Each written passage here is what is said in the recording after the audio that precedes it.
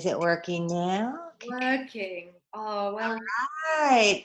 So what shall we talk about? What do you want to talk about? Oh, first of all, I would like to welcome everybody who's listening and who's viewing this special conversation.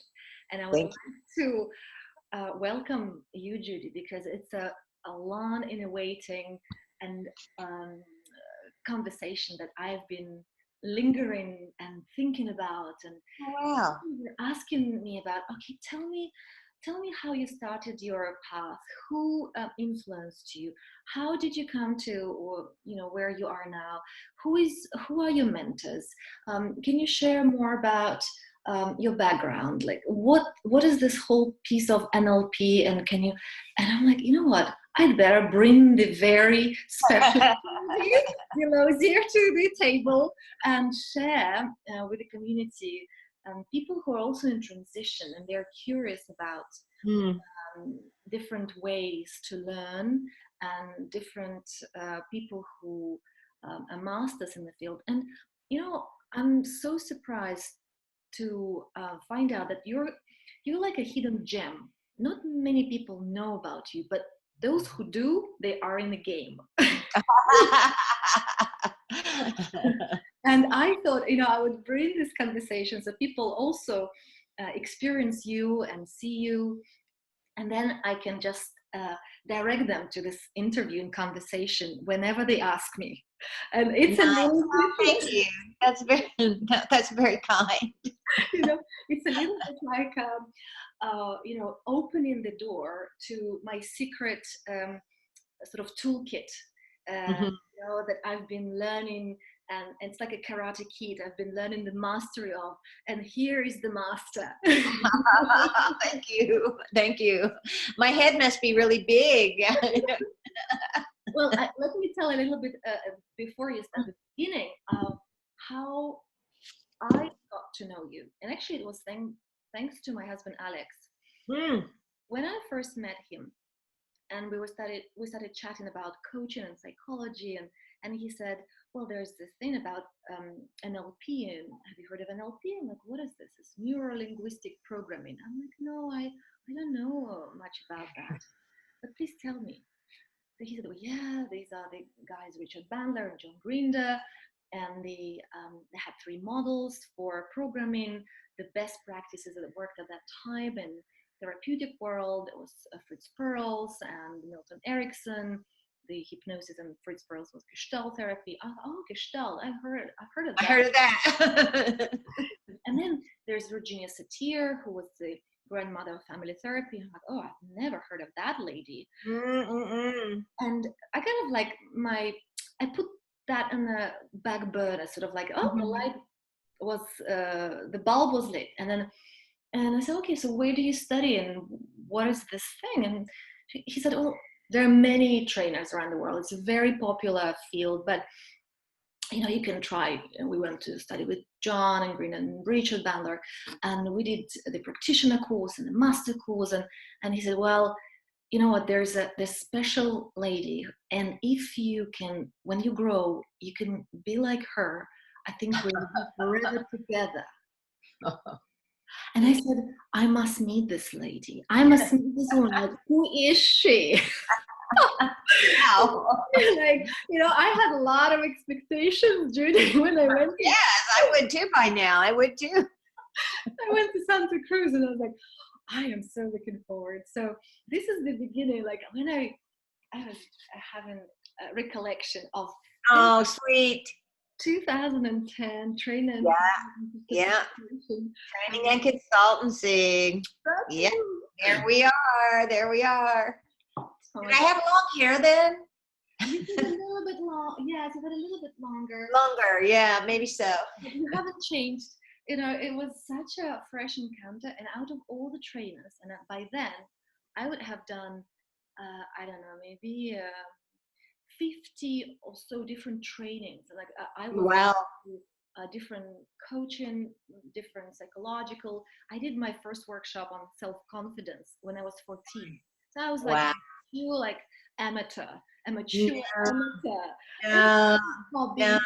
I was still a learner, and I always am. But I was pregnant with Dimitri, who is now going to be 9.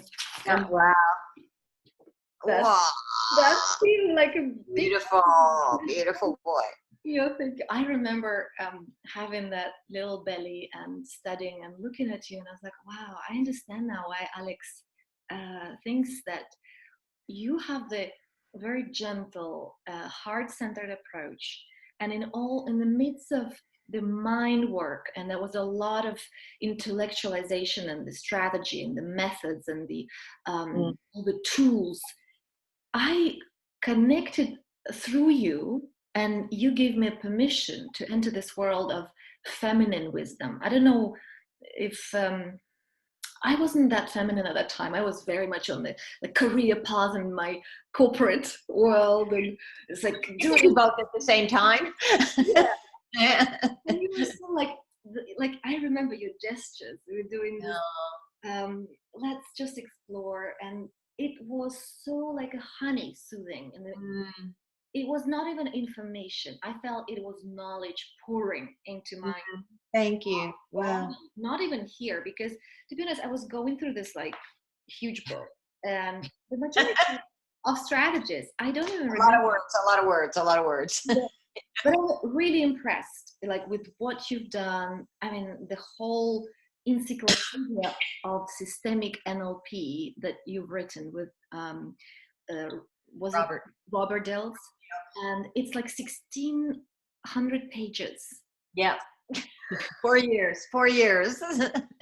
We took 4 years to do that. And when we were in town at the same time for 4 years, and that wasn't always that we were in town at the same time, we would spend 3 hours a day, no matter what day of the week it was, working on the encyclopedia. And it was a hoot, because we would choose one simple thing to put in there. Let's say like beliefs. You go, okay, what are you going to say about that? And we would spend 2 days having the greatest conversations around the idea of beliefs, and we'd end up with a small paragraph, that actually went in. And it was that journey of conversation that was just a joy, absolute joy. And it, every time I go there, it's almost like the trainer's manual. Like, I went now even, and I clicked on family systems, because that's my heart, and therapy and Virginia Satir, and I still learn something. It's kind of a classic now. It's I hope so. I mean, Robert and I tried to be very clear that this is only our perspective. It's not the whole field, but it's kind of a download from the two of us, in as much as what we thought in that time and had to offer in that time, and to go back in time and refresh our memories and share, at least our part of that journey as we remembered it. And it was hysterical how different it was when we would start to talk about the history, just like such completely different experiences. And it just points out again, the map's not the territory, but the beauty of the conversation, priceless. Yeah, priceless. So true. And you also authored Turtles All the Way Down book that you co-authored with John Grinder, yeah. Grinder, and you had also a few books. So I was actually reading. I didn't know about them. So if you want to mention while I'm searching for the names. Oh, let me think. Well, there's NLP Volume 1. Yes, and Volume 2. And Volume 2. And the Encyclopedia. And Turtles All the Way Down. And then there was an offering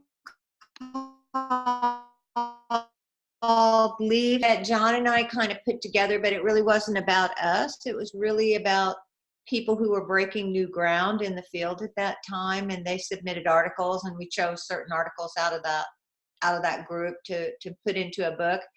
I was hoping at that time that would be something that maybe happened every 2 years, that would be sort of an ongoing compiling of, sort of those stories of where people were sort of stretching the edge and making sort of unique contributions or applications. And think it's happened through Judith at PPD Learning. She has done it through her organization. I think it's really cool. Yeah. There's also People, map and territory scores. oh, those are articles. Yeah, there were articles that Robert and I did, I think, over the year as well, or articles I did. I don't remember them all. Yeah, Leaves Before the Wind, which was like in 1989. Yeah, yeah, and I think that then there was the second volume of the Ericksonian hypnotic techniques with John and Richard, and what I did on that was really the tracking model, because we spent time with Milton at the time at his home, and the tracking model was to kind of go, how is he using representational systems in the process of helping a person sort of alter their state of awareness, and what role did they play? So, yeah. And what was your encounter with Virginia? Because that's a piece where not many people have met her, and I was 8 when she died, so unfortunately I didn't have a chance to meet her. Right. Well, I had a short encounter with Virginia. She stayed at our house for a week when John and Richard were writing the book Changing with Families, and they were modeling her. So I was sort of very early on for me, so I wasn't as involved at that time in the modeling process and what was going on. She was a very big lady, a very strong lady, a very compassionate lady. And I can remember, because I'm not a very big girl, when she hugged me, it was like, Mama, She was, much taller than me. She did amazing work. And I always thought, I know that she did some work, and John and Richard were modeling her. And, she was very intuitive, although she had structure, but she still, really, really used her tummy and really used her heart as the guide. And I remember John asking her, I think it was the question about, because she used second position and went into second position or into the body of each member of the family to feel their pain. She knew when she was finished working with that family by what she worked out of her own body. And so she really used the instrument, and it's pretty hard on the instrument. And I remember John asking, well, how do you feel, at the end of the day after you've done that work? And she said, up to my eyeballs in pain. And I remember they talking about having strategies in order to sort of go, how much do you need to take in to get the message? And how do you clear and clean yourself at the end of that? I remember that conversation in the back of my mind. Yeah. That's a very good point, because a lot of people in coaching or therapeutic professions or helping professions, generally working with people, and a lot of the sensitivities, and coming home with a bit of baggage, even from the Mm-hmm. How do you clean that space of your body and your mind? Well, first of all, for me, I have a really lovely environment. I live by the sea. It's not a really big town. It's getting a little bit busier and busier because it is a resorty kind of town. I have animals. I can pet the bunny. It brings me present, and it kind of demands presence if you have animals. I have rabbit and guinea pigs and dogs. I have garden. So a lot of it for me is around what kind of environment calls me home to myself. And that's the first thing. What environment really supports me being home in myself and present? What actions, for me, the actions of sort of having that every morning I get up and I know the first thing I do is I do certain things with the animals. I let the dog out, I let the rabbit out, I change this, I, water. That those actions bring me home in a way. And so I think there's all kinds of things like that, that if people stop to think and go, you know, in what conditions do I feel mostly me? You know, they're there, right? And takes time to kind of create that as best you can, you know, as a human being. Wow. Yeah. And like, I mean, can I ask you, like, how old are you? 71, about to be 72. Wow. You don't have to work. I mean, I guess, like, well, why do you work, and what drives you? What's your mission? Well, I like to eat. I remember this lady back when I was a little girl. I mean, I wasn't a little girl. I was a young woman, and asking her that too. Her name was Mabel, and she was a good friend of my mom's. And it was just this very small town, like 12,000 people, right? And she was still working at the ladies' clothing store. And I asked her that, Mabel, why are you still working? She says, well, I like to eat. Well, you know, I still have things to say. I guess I still have things to say. And there's still kind of coding and things connecting up in there that I think still are going to come out, and, you know, have a place to, you know, I'm very blessed to have a forum and a platform to share those things. Yeah, I guess that's why, really. And how, if you were to like look back at your journey, how did the trajectory let you be where you are now? Like, what were like the important decisions in your life that got you to the current place? It's a great question, and I probably have no idea.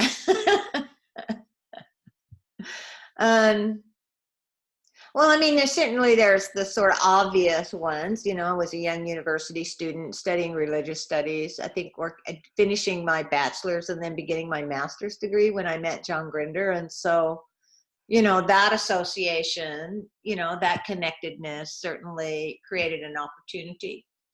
I think the blessing that I received in a way was because I just happened to be there in that space. And it was an interesting time historically, at an interesting place historically. It's the University of California at Santa Cruz.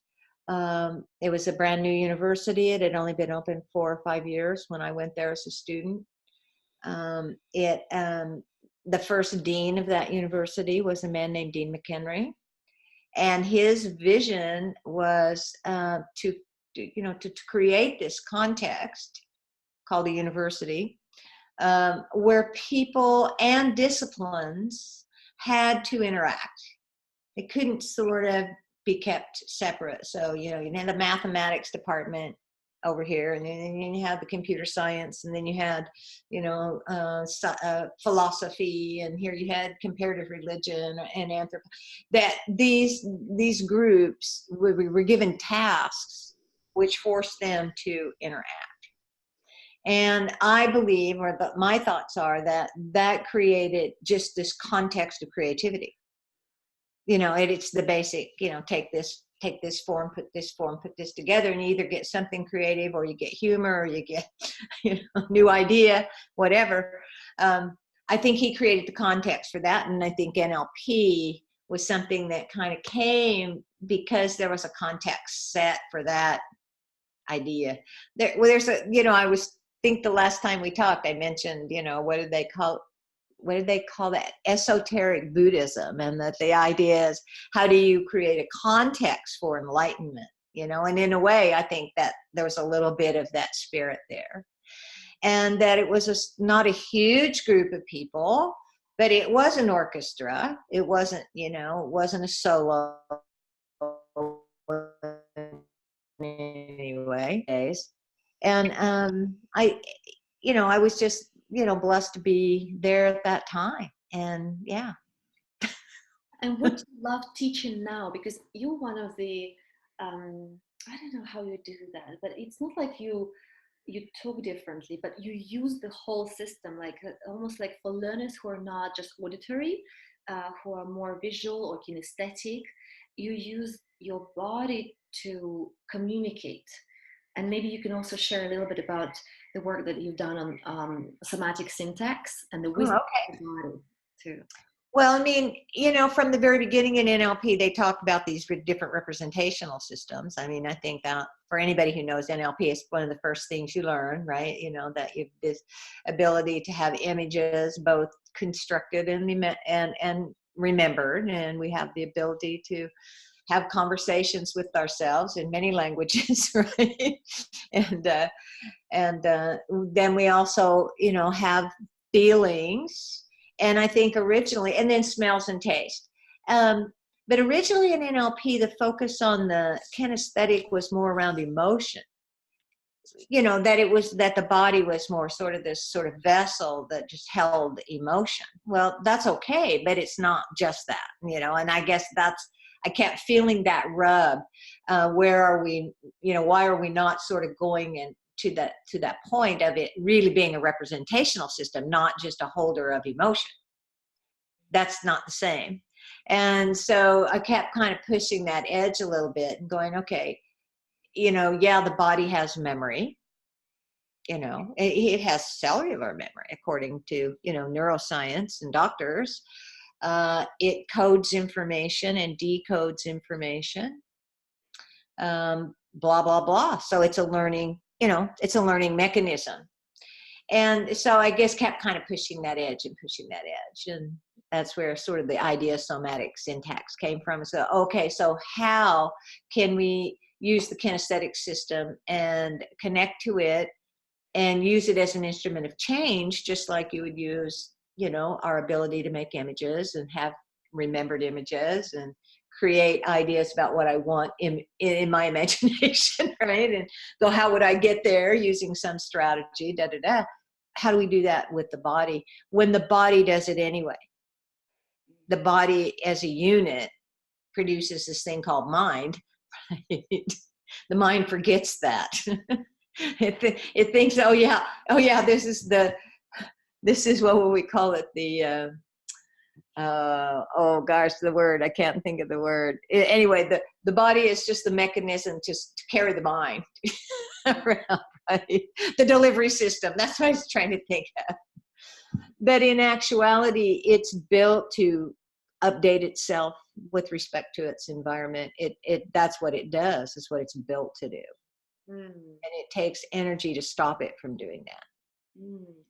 And you work internationally, you travel like, I don't even know how many countries, like a lot a lot of countries, but good countries, great countries. And you work in Asia and Europe and America, and you also work with, you know, the leaders and the CEOs, and of course they are, and we all are part of this world that's getting busier and busier, more disconnected, yeah more connected through the gadgets. How can you see, and what are the applications of this wisdom of the body for leaders and the CEOs and the future generation? Well, you know, I mean, I think there's some really simple parts to that. I'd say, first of all, it's the idea of self-awareness, you know, is really, I mean, if I put it in a simple way, I go, you know, can I bring awareness to what happens to me when I'm in a situation where I am not performing to the best of my ability by my own definition, or that I get captured by some emotion and overwhelmed? Do I have enough self-awareness that I can just kind of hold the space to there and go, what's happening in there? What, you know, I think the next one is to be able to go, can I calibrate it on a scale of 1 to 10? Am I here? How much here am I? You know, how much open am I? How much connected to myself am I? I mean, I think, and then I can sort of ask myself some of those questions, right? I think another part of it is just, can I adjust? Can I have some self-adjustment? Can I go, what happens if I change something in my body? What happens if I change my point of attention in the outside world, expand my perspective? What happens if I step into the shoes of a model who does it better? Yeah, I mean, I think, and then I guess then there's sort of, how do I stabilize it if I find it? In NLP, we would say that's sort of self-anchoring, right? How do I use an image or sound? How do I stabilize it? So I think, that those ideas of just self-awareness and self-calibration and self-adjustment and self-anchoring is a start. Yeah, that's good. And that's the challenge, because most people live in the head, and it's the system status quo currently in the business world, where it's almost like we are carriers of the head. Yeah, no, it's the delivery system. That's why I say it's the talking head. And I am inspired that you are bringing this into the corporate world, and I'm doing my also contribution working with leaders to inspire them to use the body more actively in a systemic approach, where they can also see their family dynamics from a different angle and learn something from that work, so they can change the dynamics of the office environment, which is generally a reflection of the family dynamics anyway. Yeah, I mean, I think the interesting thing is that there's the obvious knowledge that people go, yeah, I'm influenced by it. But at the same time, don't honor it. Don't do anything about it. But the influence is generally, that gets their attention, is negative, anyway. What do you think about the future, if you, when you contemplate just the future challenges and solutions that we might need to embrace as a human race, as a humankind, because we are on the edge. Oh yeah. And we need some solutions that are fast and rigorous, and they need to work, they need to be effective. So for me, NLP is one of the most effective strategies that I've used in my practice, working with people when they had any issues or problems or challenges, both professionally and personally. How do you see that in the future? What's the next code of NLP? Well, I think what I see, if I'm answering the question as you're asking it, what I'm seeing in NLP is this idea of fourth generation NLP. I'm not totally clear what that is, but it's certainly a big push towards the bigger connection, the systemic connection, and more pushing towards systemic, more and more systemic thinking, but really pushing towards that, the shift to being influenced by the system as opposed to believing you can actually influence the system. That's the deeper thing that I think has to shift. That, it's what's the word? There's so much hubris, right, in the world, in the sense that people, as Gregory Bateson said, they don't understand they're part of a larger system. And if they do in some way believe they are a part of a larger system, I think the bottom underneath that is that they think they can control it. And it's not controllable. Right. It's not. End of story. And nothing's permanent. End of story. However, I think to get to a point for a person to take action, they have to go, I am part of this. And to have the authenticity to hold the reality that the ship may be sinking. I think that's authentic. At the same time, each person, you have to think locally and think globally and act locally. I mean, it has to take place in your behavior. It has to take place in your voice. It has to take action, and it has to take transition. Probably not necessarily the most experienced people to do that. It's got to be outside of that box, I think. That's my feeling. My feeling. I don't know. Yeah, we don't know. We just see these new technologies coming in, and they are sort of liberating on the theoretical point, Yeah. but then they can be quite scary with all the AI and the. Yeah, I think that that's true, and I think you know, that's where it requires awareness and knowledge of what's going on, so people make good decisions along the line. Because I think what you're saying, and what I think too, is most of the time it's just this sort of all task, no relation, no systemic thinking, no long-term thinking, no other thinking, right? You know, I heard this great quote recently that really touched me, and it was going, you know, an ethical person will know whether they're doing it's right or wrong or not, right? That's ethics. A moral person is a different thing. So if I'm a married woman and I'm gonna have an affair, and ethically I know that that's inappropriate, and I do it anyway, then it's immoral. It's not, you know, ethics and moral. So I think people have to think about what is ethical, and they have to think about what is moral. And you have to think bigger than yourself. And a lot of people don't get past thinking that past that, me and mine. And that's, you know, what Robert and I would talk about as that's ambition, and that's ego, and we have it, and that's real. And, you know, it's just, it has to be balanced with the soul a little bit, which is, you know, what can you do with your gifts that make a difference, like you're doing and have been doing since you were 14. Well, thank you, Judy. You know, I think that's, yeah. What are the tools that you use yourself, like on a regular basis, or when you need them? Like maybe some of the tools that some people don't even know NLP or what it means, and they will be like probably Googling as they hear it. Like, what are these Neuro-Linguistic programming tools? So ask me again now, the tools for. Maybe one or two tools that you use on a regular basis for your life, that helps you. Oh, well, you know, there's funny little things. I think one of the things I love about third generation NLP is that it's based in practices. You know, so what are little practices that, you know, people can do every day, like as Robert and I say, like brushing your teeth.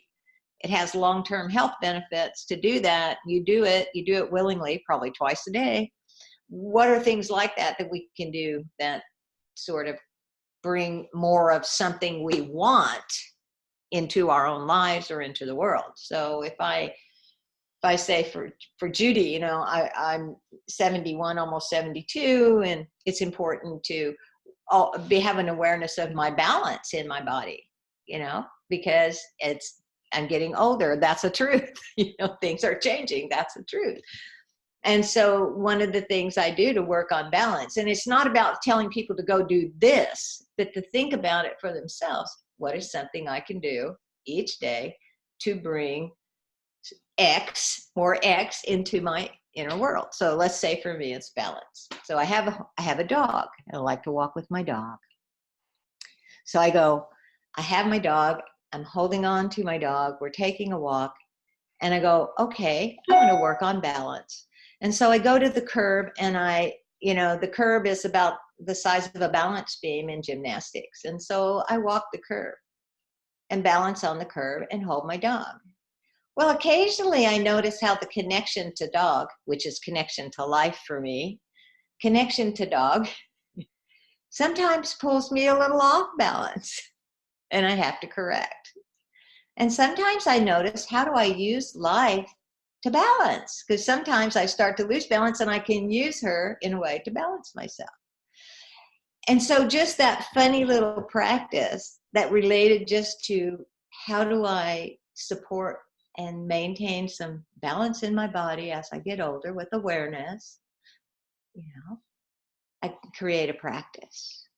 In creating that practice, it just opened up this other space of possible. Oh, that's so interesting. Now I have this interesting question to hold.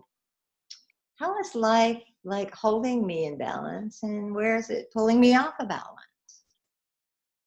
And then I go, where it's pulling me off balance, is that creating suffering? And can I do something about that? No, what could I do about that? Then that might create another. And again, it goes back to this self-awareness, you know, what's happening in here? What kind of thinking is going on in that girl in that moment? What kind of feeling going on? Where's her attention going on? And even in the ability to sort of have a reflection, things start to open up. Because now I'm holding something from a bigger space. So I hope that helps. Yeah, yeah. It reminds me of the combination of mindfulness, but it's more than that. It's having also paying attention to that inner dialogue, which is linguistics, that Mm-hmm. how we feel and what Mm-hmm. happens in our neurology and Mm-hmm. the Mm-hmm. sympathetic parasympathetic system. Sort of, are we relaxing or are we tensing out? Exactly. What is this like test, operate, test, exit kind of? Exactly. You got it. You got it. Yeah. And I don't have to know all those distinctions in terms of the model in order to have an effect in my human system, right? And also But have you're space. setting it beautifully. Yeah, you also have space. So what you said, it's like having these rituals, these moments of practices where you create space to reflect and pay attention to your inner dialogue that makes certain effect on your body, and then use your body as a mechanism, as almost like that tool that talks back to you to help you realize something Yeah. about life. Well, I mean, it's exactly right. I mean, I may have some thoughts up here about a problem or a situation that's challenging, and when I go into the thoughts I become the thoughts, and then what happens, as you say, is I constrict or contract. But if I can just from another place just go, yes, humans have thoughts. What are the thoughts that I'm having right now? And not become the thoughts. Yes. I mean, I think that's the idea of the chain. I start to think about this and it's fine, not a problem. But then it calls up this other idea and it connects to that, and then another one and another one and another one. And that can be a good thing, or it can be a chain of events that just takes me down the rabbit hole. Then I have to get out of there. Yeah. Yikes. That's true. And it also links nicely to Virginia's work, because she, a lot of the time, used kinesthetic touch and being sort of Yeah. supportive, but The also, importance of hugging and yeah. and also being in the body. Like she was quite, as you said, had a quite strong presence and embraced almost those nuances and noticing the effects on the body of the person. And for coaches and therapists listening and watching, there's also a practice of creating boundaries and taking that luggage off. Yeah. Create space and reflect, because in our life, especially the therapeutic model, is a back-to-back sessions and meetings in the corporate world where there's like almost no space to breathe. And Yeah. the body, as sort of, it becomes a compromise to the higher cognitive functions where they need to execute, perform, give, profit, growth. Yeah. I mean, I think it's all of that area that, every human being and probably every community and every culture and, have these sort of beliefs and ideas about things that have always worked in a certain way, but in reality really haven't always worked in a certain way. That it's like, I want to say, only rats win the rat race. Where's real quality of life and what does that mean for you as a human being? You have to decide that for yourself. What is quality of life? And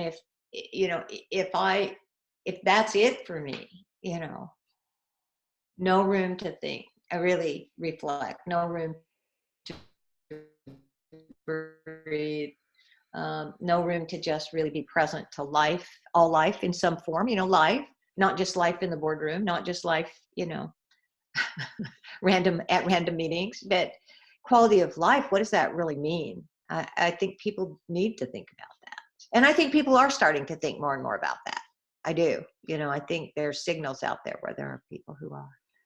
I hope so. This leads me to our final question that I try to ask a lot of people just to get a sense of them in very few words, because sometimes when we condense the answer into very few words, it just brings more impact. And I asked you this question 9 years ago. Oh, no. And I would like to ask you now, how would you describe your life story, your life, in 5 words? In 5 words.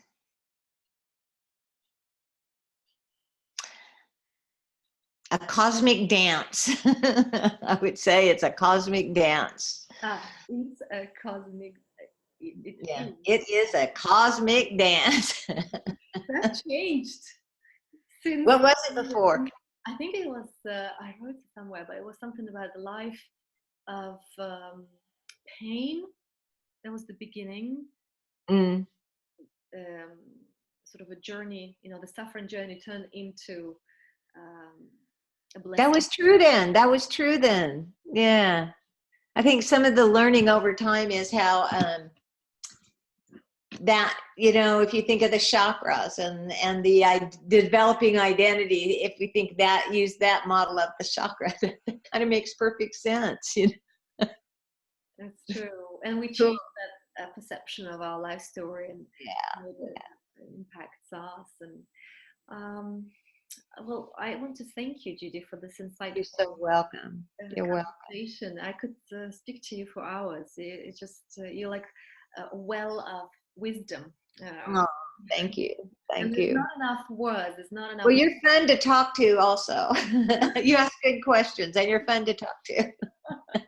Good. We should do more often that little gathering for people. And I think it's so important to just stay connected to our core life force and connect to people who inspire us, and also nurture even the presence of this meta models and mentors and thinking. When I, for example, make a decision, I sometimes think of you and imagine, how would Judy make it? Like, what would she say? What would she do? And thank you. That I think is important as a learning for every person to have somebody they respect and connect to in their mind, because I think on this journey of high pace technology growth and fake connections, we long for embedded and embodied experiences that connect to the heart and soul and take us out of our mind into the heart and system. But also for corporate people who use the language, it's very hard to just be in the body. So I like that combination of both. I think there's an interesting thing. I know at NLPU this summer that we're going to do, or Robert's going to do, I'm going to share a little bit of it, which is this idea of international trainer. Well, what does that mean? The models are going to be like myself and Robert, who go around and train in different cultures, but not only that, train multicultures at the same time, like NLPU. And there was something in what you said that sparked me, because I know one of the questions that people are going to ask is, you go from culture to culture, whether it's corporate culture, or community culture, or subculture, surfing culture, I'm a big surfer culture here, Chinese culture, Indonesia, whatever that is that we define the system as, that none of that in my world makes one bit of difference, because people are people. And it's got to start there. Everything else is illusion. All the this is this and this is that. I mean, all of that, even from the beginning in NLP without Buddhism, I just went, that's all the constructed. That's what we keep saying. Those are the maps. And even those are the maps. And it's difficult to get out of that. So I always go, I don't go there. Just you, human being. That's it. Yeah. That's a good place to start. that. Well, I mean, that's where we share the similarity. Yeah. We're members of the same species. Mm.